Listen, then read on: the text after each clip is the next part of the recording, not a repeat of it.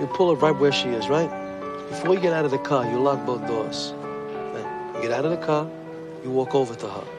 You bring her over to the car. You take out the key, put in the lock, open the door for her. Then you let her get in.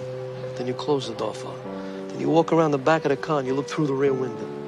If she doesn't reach over, lift up that button for you so you can get in, dump. He also lent his beloved car to Mike. Mike rushed to the dating spot excitedly, only to see the girl questioning him angrily. It turned out that on the day of the attack, the girl's brother was among those involved. Mike quickly explained that he hadn't laid a hand on anyone, but the girl's brother insisted that Mike was also involved. They ended the date on bad terms. Mike came back with his head hanging down. Locke asked him how things were going with the girl, and didn't say a word. He threw down his car keys and turned around. On his way home, Locke showed up out of nowhere, pushed Mike against the wall, questioning Mike where he had driven the car and why there were contraband items in it. If it hadn't been discovered in time, he might have already been reduced to ashes. Mike cried and swore that he had only been to school and hadn't been anywhere else. Locke looked at Mike, who he had watched grow up, and who he had long regarded as his own son, so he let him leave. Coincidentally, a group of bad friends shouted for him to get in the car. At that moment, Mike was in a fit of anger and got in without hesitation. Suddenly, he smelled a pungent odor. As the towel was lifted, there was a box of Molotov cocktails. He began to regret it, remembering what Locke had said to him. Staying away from the friends around him would avoid endless troubles. Suddenly,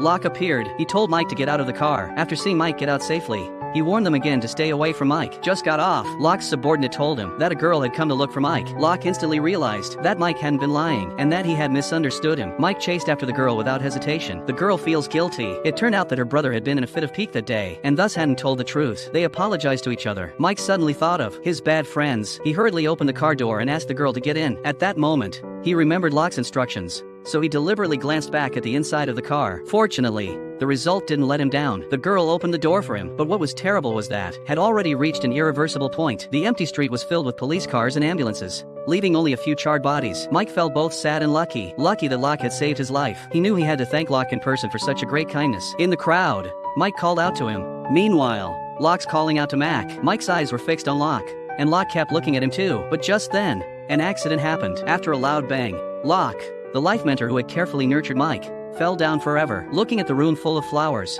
it wasn't until everyone laughed. At this moment, someone walked up behind him. This man had shared wheel and woe with Locke for many years. He then pointed to the scar on his head. Mike understood. This man was the driver who had parked the car 10 years ago, the one Locke had saved. The man would take over everything here and would always take care of Mike. Mike asked about what had happened back then.